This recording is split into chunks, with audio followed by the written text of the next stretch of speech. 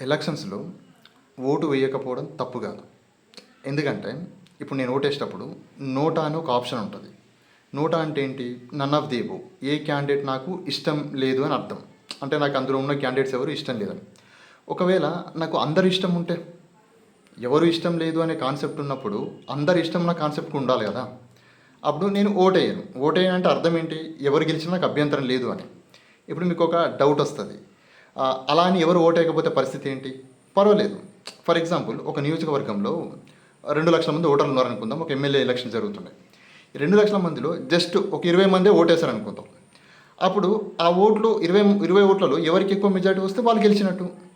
Election అనేది one day process. మనం ఓటేసినా ఇవ్వకపోయినా ఎవరెవరు గెలుస్తారు. మినిమం 30-40% ఓటింగ్ ఉంటుంది.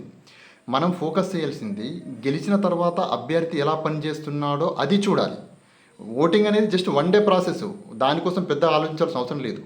గెలిచిన వ్యక్తి 5 సంవత్సరాలు ఉంటాడు కాబట్టి ఆ 5 సంవత్సరాలు అతను ఎలా డెవలప్ చేస్తున్నాడు, మన ఊరికి ఏం చేస్తున్నాడు, మన ప్రాంతానికి ఏం చేస్తున్నాడు. ఒకవేళ మనకి ఏమైనా సమస్యలు ఉంటే వెళ్ళి అడగాలి. అడిగితే సమస్యలు పరిష్కారం అవుతాయి. ఎక్కడైతే అడిగే వాళ్ళు ఉంటారో, ఎక్కడైతే ప్రశ్నించే వాళ్ళు ఉంటారో ఆ ప్రాంతం ఆటోమేటిక్గా డెవలప్ అవుతుంది.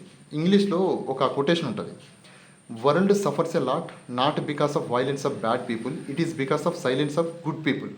అంటే ప్రపంచం కష్టాల్లో ఉంది చెడ్డవాళ్ళు చెడు చేయడం వల్ల కాదు, మంచి వాళ్ళు మౌనంగా ఉండడం వల్ల. ఎక్కడైతే అడిగే వాళ్ళు ఉంటారో, ప్రశ్నించే వాళ్ళు ఉంటారో ఆ ప్రాంతం డెవలప్ అవుతుంది ఆటోమేటిక్గా. దాని గురించి ఎక్కువ ఆలోచించాల్సిన అవసరం లేదు.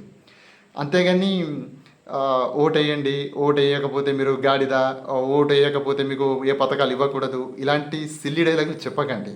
Okay, thank you.